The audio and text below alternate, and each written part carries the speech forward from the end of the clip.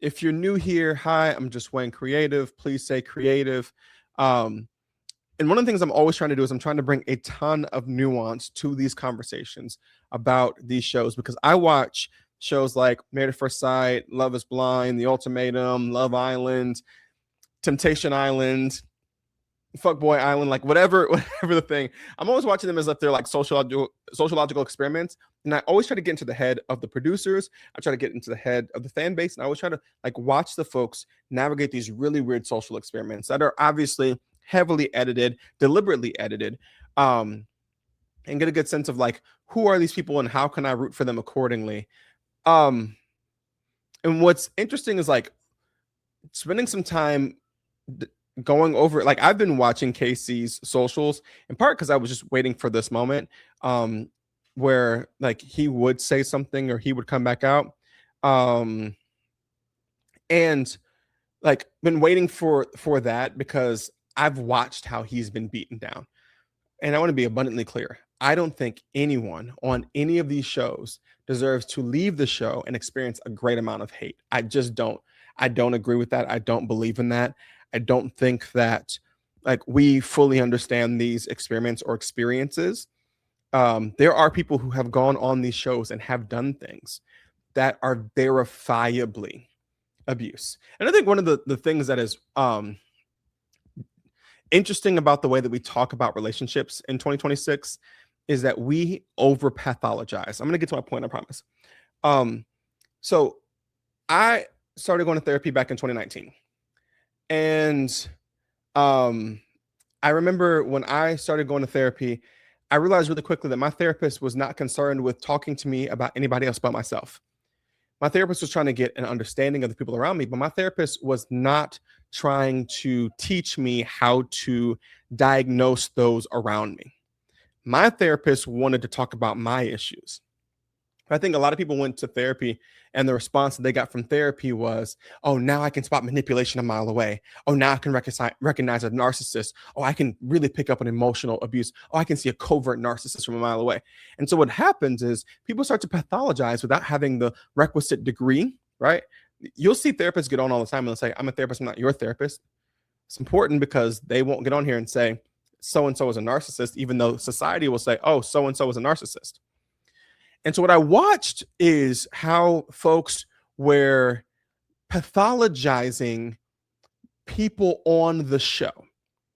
And I think that it is so unbelievably important that we point out that none of us are qualified to identify anyone on any of these shows as a narcissist, a covert narcissist, right? We overuse the term abuse. We have made abuse not mean what it means. Abuse has clinical and legal definitions. We have assigned, like we have made assault more than it actually is. We have over assigned these things. So watching people prescribe and then watching a bunch of people who don't know what red pill is or don't know what the manosphere is, assigning red pill and manosphere to these folks. It is so interesting to me that like, and to be clear, I feel this way about everyone. I got on here and said that I don't think that Sincere is a narcissist. And folks got mad at me because I said I would never diagnose Sincere as a narcissist. I think that every single person on the show, you can boil down their actions to being immature. Like you can boil down the actions of Melanie early in the season, of Trinity, of Kada, of Anaya. You can boil down the actions of Zach and Bryce, all of them. Casey, Corbin, Sincere, Kinsey. You can boil them down to being immature and in a place where those immaturities and insecurities are going to be exasperated and exacerbated by being in this controlled environment. So when we recognize the reality of what is actually happening, all of the hate that these folks are getting is completely unnecessary. It's ridiculous. It's overdone. And once we recognize that, then we can recognize that the ways in which particular KC and TT moved, of being quiet, taking a seat, backing up, and saying, okay, I understand why y'all took a moment. And when y'all popped out in a way to say, we're not here for the villa. We're not here for the marketing. We're here for us. We're going to showcase us. We're going to be us, right? Like, every single person on this show deserves to move post villa with happiness and contentment because they went into a once in a lifetime experience.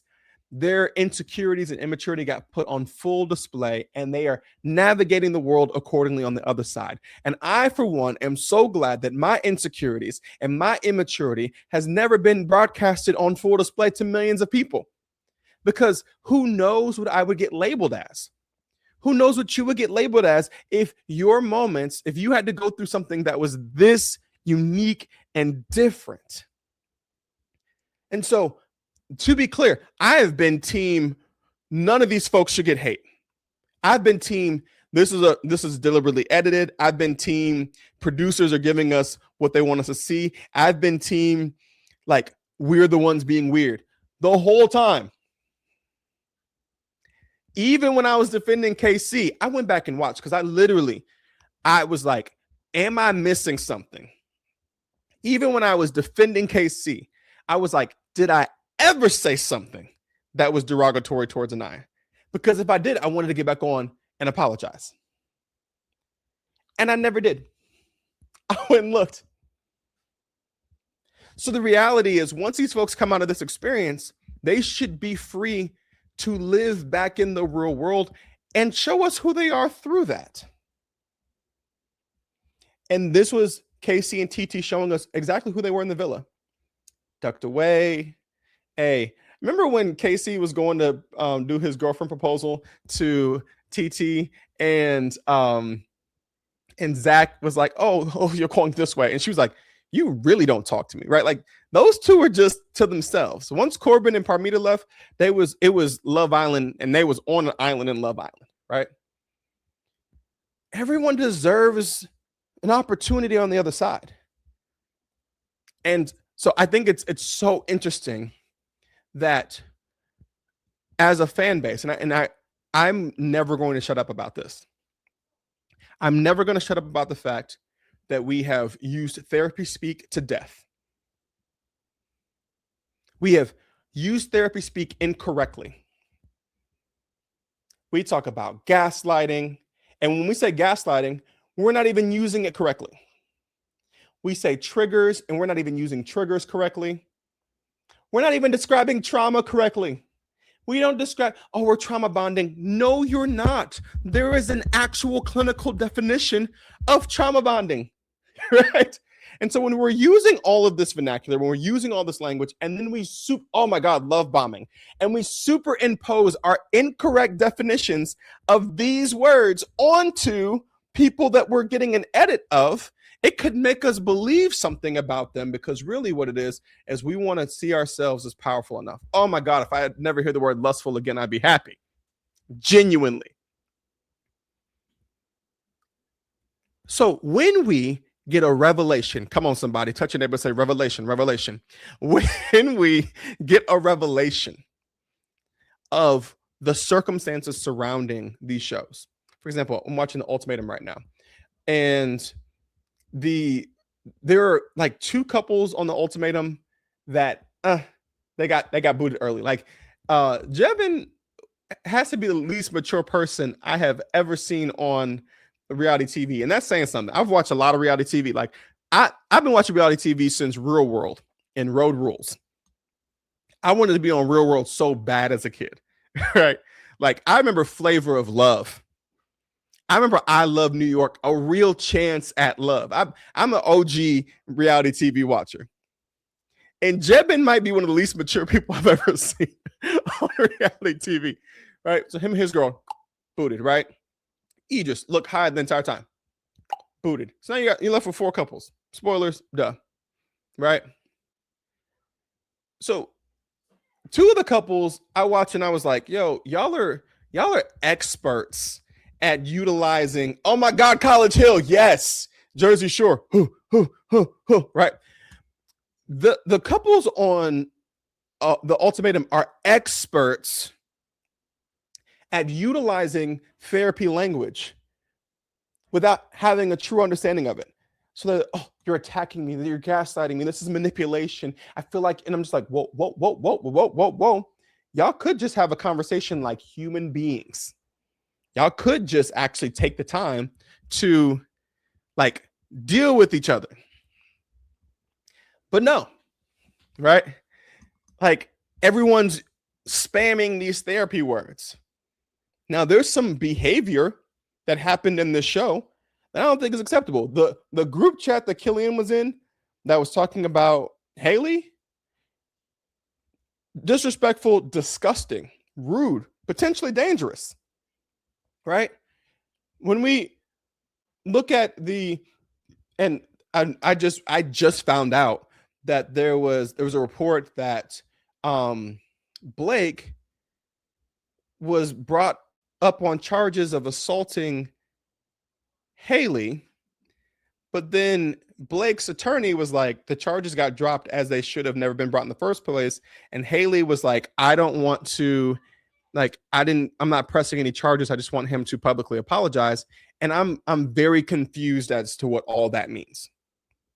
I'm tremendously confused as to what all that means. What I do know is those four couples displayed some actions that were immature, that were disgusting, dangerous, potentially. And also, the whole time I was like, so y'all just don't belong together. And I could just go, cool. We get the finale here on Wednesday, but I'm like, I hope y'all break up. Now we know that one of them didn't. But I hope y'all break up. Why? Because y'all are not good for each other. We got two couples who actually might be solid. But man, if we get an understanding of like, oh, producers are manufacturing drama. Oh, these people are young. Oh, these people need to figure some stuff out. They need to grow. And we stop over pathologizing. I don't have the degree. I'm not gonna Dr. Cheyenne Bryant, or really just Miss Cheyenne Bryant. That lady ain't no doctor. I'm not gonna Miss Cheyenne Bryant my way into pretending as if I can look at someone and diagnose them. Like, even folks who have the subsequent degrees will tell you, I can't diagnose a person on TV. I need to have them in front of me. I need to sit them down. If you have a good therapist will say, I won't diagnose the people that you're describing to me. I remember I was describing a situation I was going through to my therapist, and my therapist was like, I don't know what to tell you other than what you're experiencing doesn't sound normal. Notice what happened. My therapist didn't say, oh, you're being gaslit. So-and-so's a narcissist.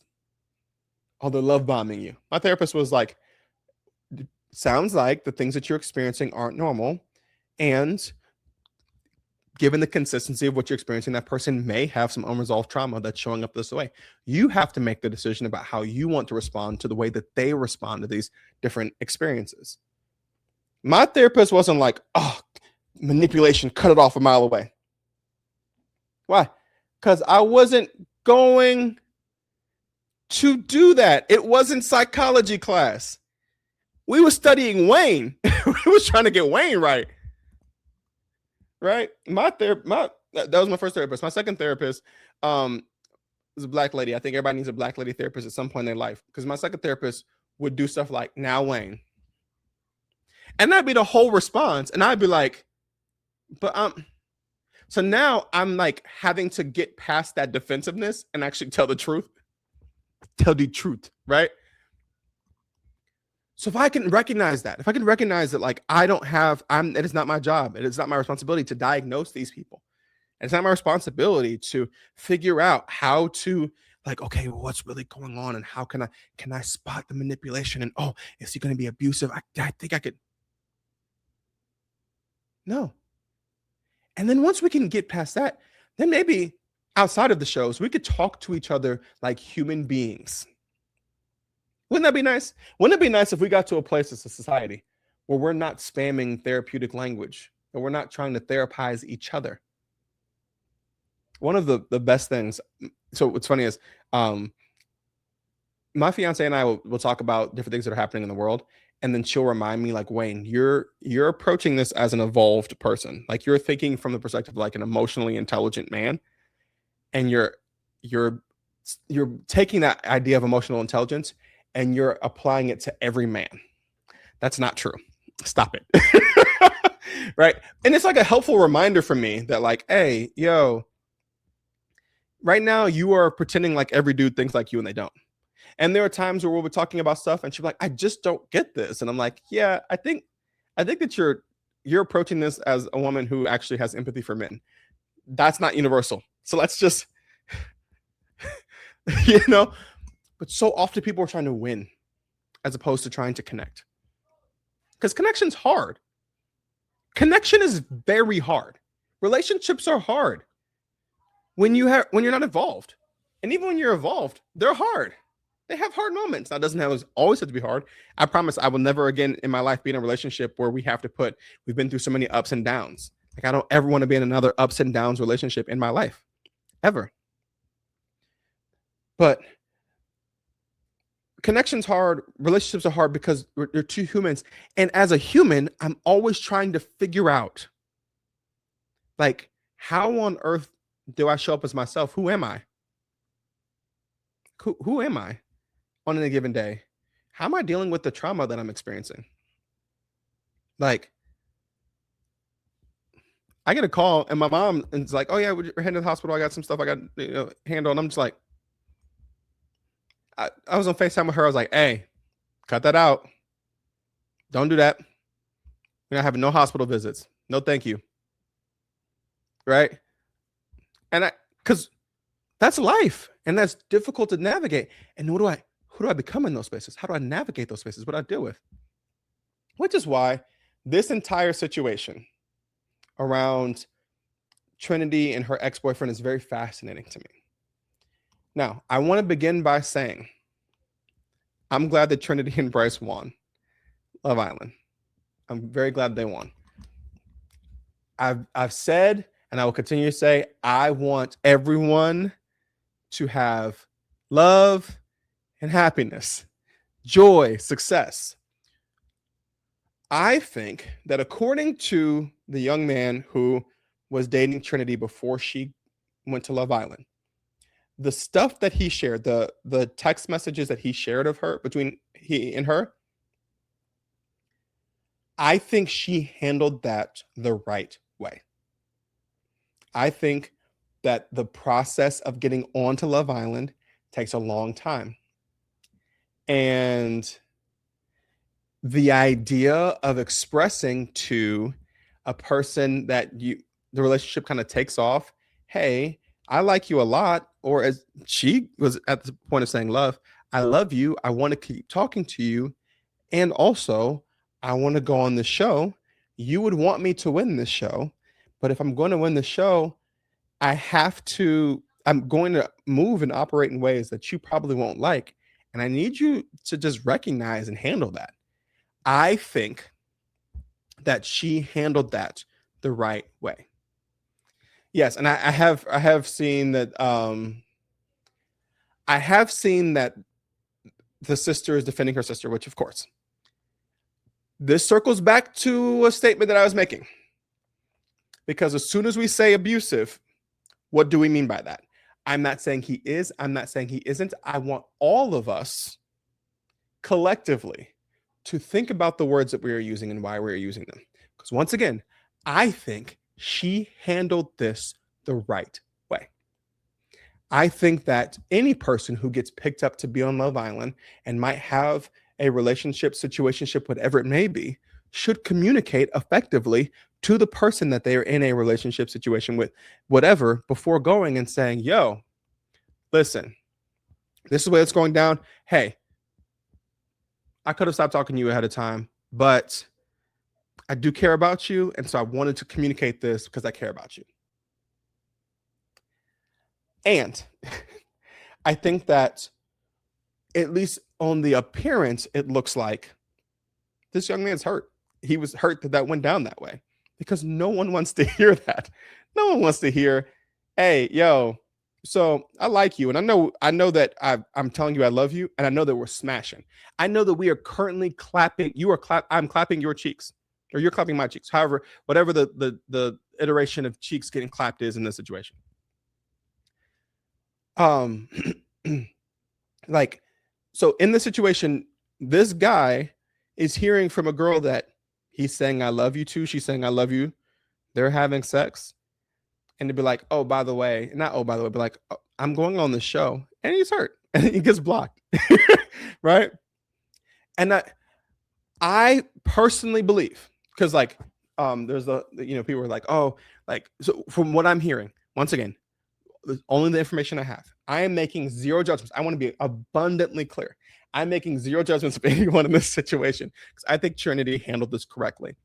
I can see from what I've seen so far how this young man was hurt. I could see both sides of this. I also, as a man, am like, if a dude had sex the week before coming on the show, was telling a girl I love you the week before coming on the show, and then blocked her right before coming on the show, we would be handling him very different than we are handling her. And I think if he did that, he would be doing it the right way, because it's Love Island. It's a game show. It's a love show. It's a once in a lifetime opportunity. I don't know being hurt just by posting her drunk without her consent. No, I don't. Once again, I'm not defending his actions. I'm not defending his actions. So I'm saying I find this situation fascinating. And I find the way that we're talking about the situation to be fascinating, because I believe that she handled that the right way. And I believe that's the way a person should handle it. And I also understand that when you handle it even the right way, people are left hurt. And when people are left hurt people hurt people. Thank you so much. So I don't know. I also believe that, because there was a conversation I'm seeing of people being like, oh, he's verbally abusive. He called her the B word, which like I never condone. Once again, I have daughters. You raise your voice to my daughter, you die. That's just at the end of the day, right? And I think that I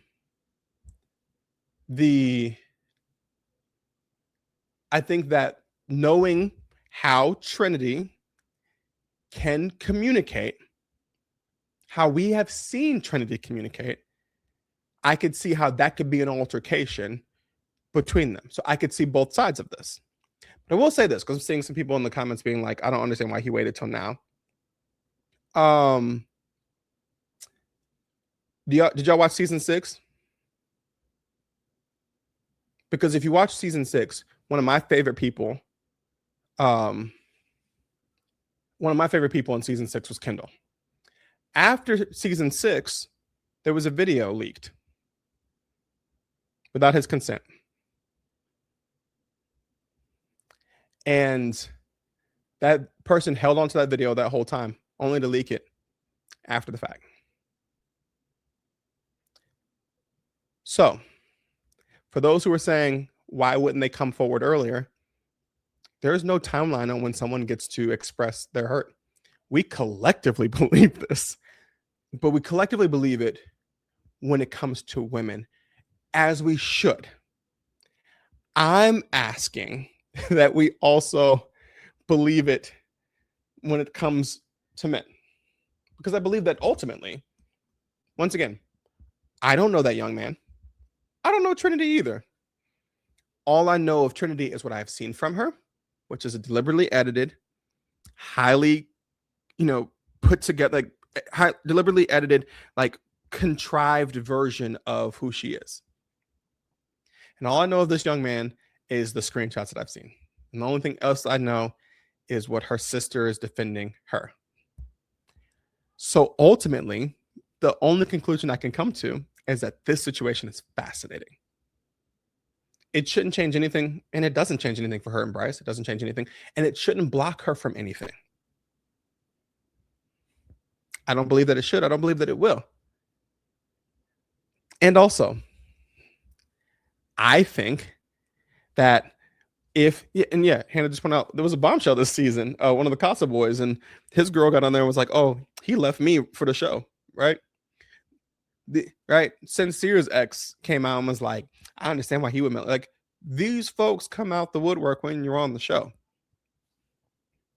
It's a thing that happens, and once again, I'm asking for us to hold two truths to be self-evident, that all folks are created equal.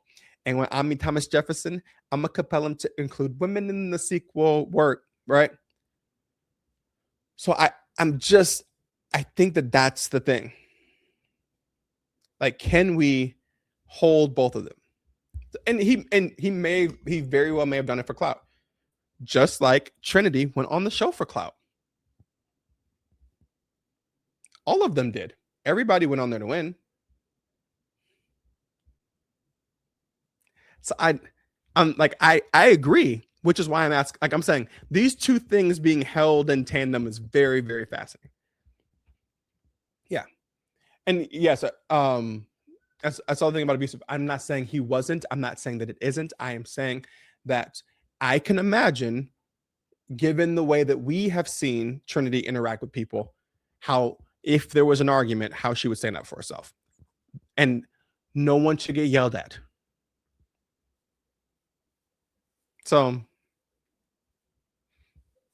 and once again, I'm not saying that I think she handled it correctly. I think she did the right thing. And if I was hurt, I wouldn't. This is me, but I don't talk about my own. I don't talk about my stuff. I keep my stuff under wraps. But folks get hurt. Listen, I've had folks be hurt and months later run around the internet or run around a school or run around wherever. Like, it's just so, I don't believe that posting a video of her while she's intoxicated, that does not mean the threshold of abuse in my mind. Is it inconsiderate? Yes. Is it wrong? Yes. Is it disregarding of that person's potential earnings or future? Yes. Could it be defamatory? Possibly.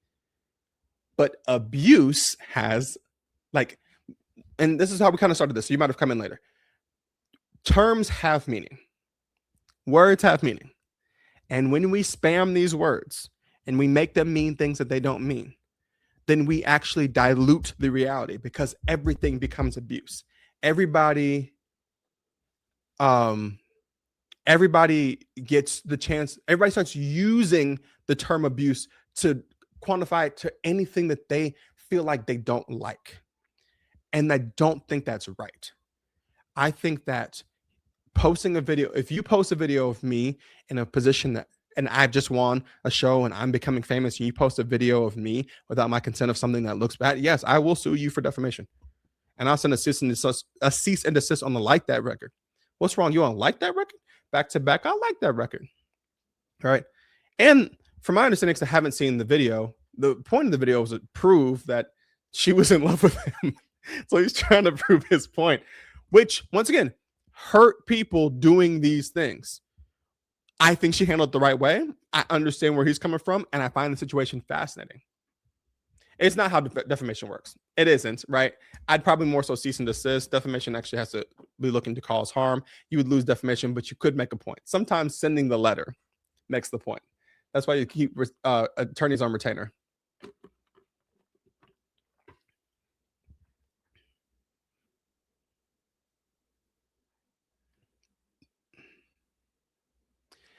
Yeah, once again, manipulative and exploitative are terms that have meaning. Like, there are actual definitions to these things. Right. And so, like, I understand. And sometimes I think that because we are trying to pathologize, we are trying to diagnose people. And I think this is like very, very situational and generational. Instead of just going, yo, I didn't like that, we go, yo, you gaslit me. Because not all lies are gaslighting. A person can lie to you every single day and not be gaslighting you. Like a person could literally lie in your face every day, and that does not meet the threshold of gaslighting. Well, you were trying to convince me to do something different than what I wanted to do. You mean being persuasive? Because trying to be persuasive and being manipulative are two totally different things. Me trying to get you to do what I want you to do is not coercion, especially if there's no threat of harm. But what we've done is we have superimposed these terms on everything. Everything is coercion, everything is manipulation, everything is gaslighting, everything is love bombing, everything is trauma, everything's a trigger. He very well may be trying to get Trinity to contact him. And once again, I am not sticking up for this young man because I don't know him. I don't know him. What I'm saying is I find, and I was given this context around pathology. I find our consistent need to pathologize as contextually, our need to pathologize shows up in the way that we talk about this particular thing, as opposed to going, yeah, that's an interpersonal conflict between two people who are trying to navigate a very difficult situation. We're talking about Trinity and her ex-person, boyfriend, situationship, whatever, and all of the stuff that he released. Like, it is possible for two people to just have a disagreement about how something went down and not know how to deal with it. It is possible the person's like, I want you back, and I'm going to try to figure out a way to get you back, and it is not narcissistic gaslighting and coercion. Like, I think this is like so important.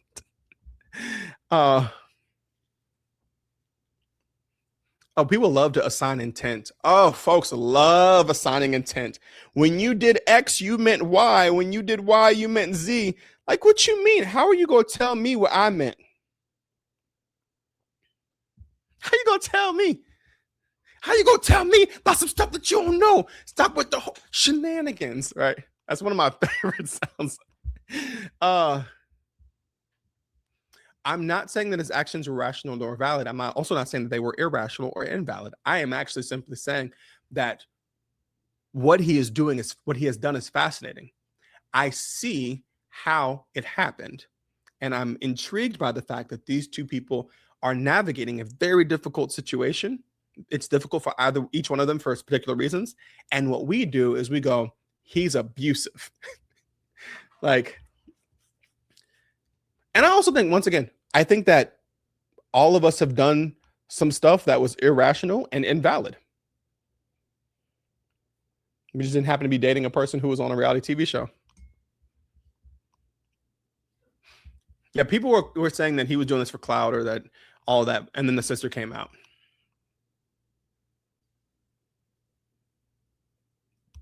From a moral standpoint, do I believe he's right or wrong? I don't think that it's that easy. I know that's not the answer you want. Because I don't know all the details. I don't know everything. I don't know what was said, when was said, how it was said.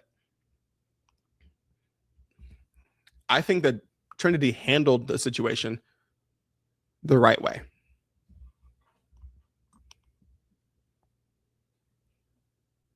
Like, I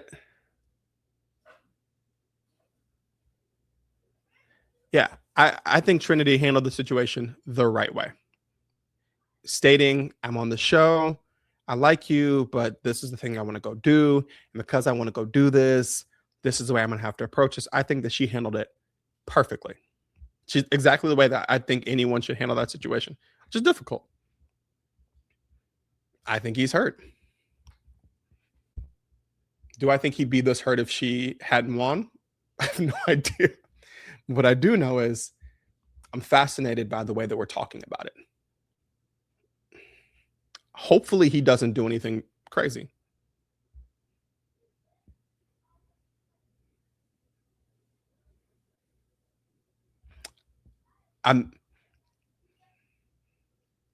I don't believe that complaining publicly about your ex is wrong.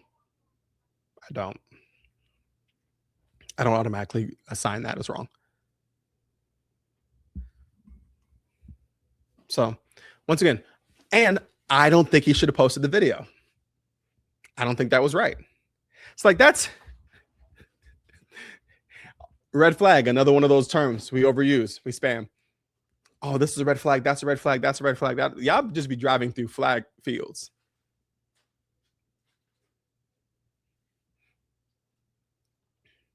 I think that there were some areas of what he was doing that I think I understand. There are some areas of what he's doing that I don't understand and don't think are right. That's the point, though, people. The point is, if we want to, okay, am I going to defend him or am I not? I'm not defending him. I have nothing to defend.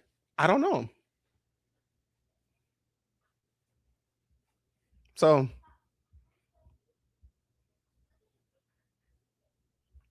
like, I will not say if he's right. Like, I can't say 100% right, 100% wrong. Like, I just can't do that. Like, I won't do that because that's not human. It's not human to do that.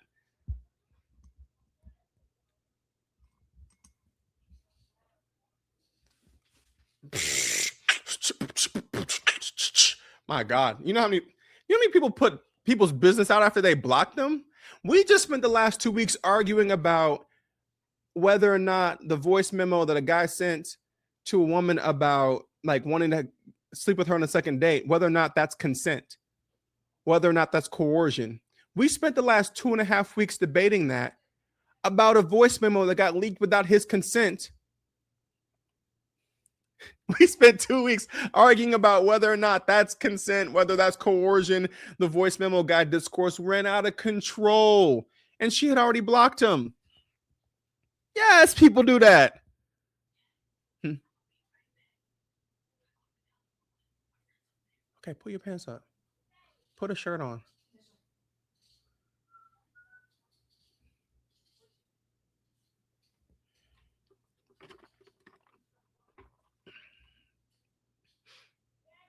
So, yeah.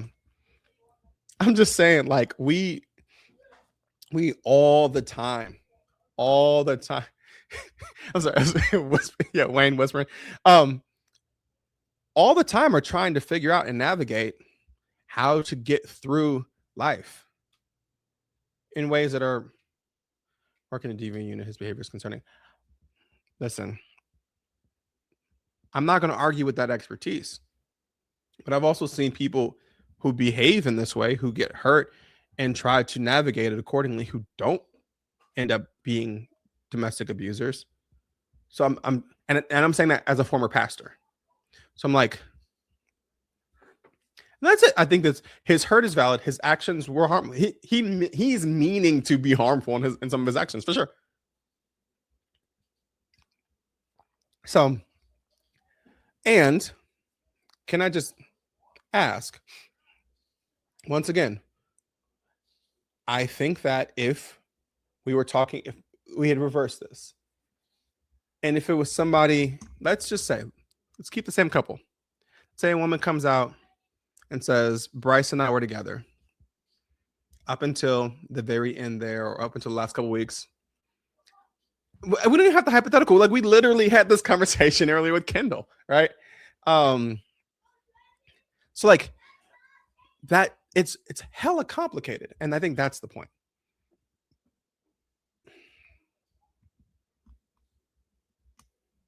It doesn't, her sister's comments do not complete the picture for me. Personal, local, and immediate. Yes, if a woman came out and said that Bryce and her had been intimate just leading up to it, and he blocked her on everything right beforehand, people would be losing their mind and would be telling Trinity to get rid of Bryce.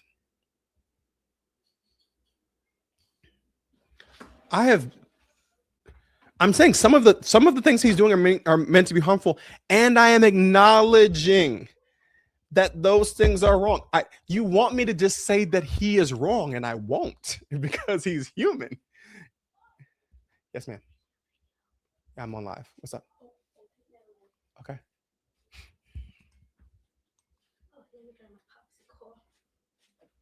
But that's the thing is, I think that gender shouldn't matter in this instance. Because do men not deserve to be able to have the same types of conversations? Do men not deserve to be able to navigate these accordingly? Or is it just only women? Of course I did. Of course I counseled people when they were wrong, but I also counseled them and tried to show them in the places where, hey, you see that right there? You see that thing that you're doing right there? All right, let's hone in on that. Let's lean in on that. So I think that you're wanting me to do something that is, I think, ridiculous, which is to pretend like I know the whole story. And what I keep doing is saying I don't. And since I don't know the whole story, I'm going to roll with what I know, which is some of the stuff he's doing is wrong. I can understand where some of it's coming from because he's hurt. And ultimately, I'm very fascinated about how we talk about it. If you haven't, you should go over to my YouTube and subscribe to your boy. Because, we're just trying to build this thing up, honestly. Trying to build more of a community, do more of these lives, have more of these conversations on live, but also make sure we're curating some more long form content. So if you aren't already, please go over to YouTube, Just Wayne Creative. I'll be right there. I'll be there. And you can holler at your boy there. So with that being said, ultimately, that is what I wanted to talk about tonight. I did want to talk about how we talk about people, how we talk about these instances. And I know that I'm unique and maybe honestly, sometimes I won't, some of my videos might not do as well because I won't get on and be like, so-and-so is a narcissist. Because I don't have the degree to do that. I also, like, at the end of the day, like, and crazy enough, one of the videos that did the best for me during this season was a video in which I referred to Sincere as a BAN. I'm going to refer to it as a BAN because I have my daughter sitting here watching me and literally staring in my mouth to see what I say. But that is one of the videos that did the best this year. And I wasn't surprised that it did so well because people love that. People love condemnation. They love it. What I am here for is humanity, but not just humanity, but redemption. Which is why, circling all the way back, I am so excited to have seen Casey and TiTi popping out today and leaning into and showing off the fact that still they rise, that they are in a spot despite the noise. There's a song by Yolanda Adams that she'd made as a tribute to Rosa Parks that says, "Yet still I rise, never to give up, never to give in against all odds, high above the clouds. Yes, sometimes I feel low, yet still I rise." Love me some Yolanda Adams. We're mutuals on Instagram. That's crazy. But love seeing Casey and TiTi pop out and be able to show what it looks like to rise above the noise, because noise is loud. It's difficult. It's hard, right? It's hard to be in a space where, you know that people are saying all manner of evil against you, and yet you still find a way to not only just show up, but show off your connection, show off your love. I've been saying it. I'll continue to say it. To me, the couple with the most compatibility in the villa the entire time, like of all the couples in the villa, the couple with the most compatibility was Casey and TiTi. Kata and Trinity can't stand Casey. And they were like, yeah, they are compatible though. Like, you got to admit, they mad compatible. Like, they like each other for real. Right. So I'm proud of them. That's the best way to put it. Because I think that regardless of what situation you find yourself in, we all mess up. We all say and do things that we wish we hadn't. We all say and do things that we regret. Like, we all are in positions where, like, we have done things and said things, and and I'm just glad that the things that I said and things that I did and the ways that I've acted at times in my life weren't broadcast to millions of people. But what I do know is their resilience and the ability to rise above it is beautiful to me. And what I wish for every single Islander, is for them to be able to rise above the noise and the weirdness and the parasociality of the Love Island fandom, right? Like I know Disney Parks reached out to Carl and Anaya. I'm excited when their photo shoot that they're going to have out there in Walt Disney is going to be amazing. Like Walt Disney is beautiful. I proposed at Walt Disney. One of the coolest pictures I've ever taken was in front of Cinderella's castle, right?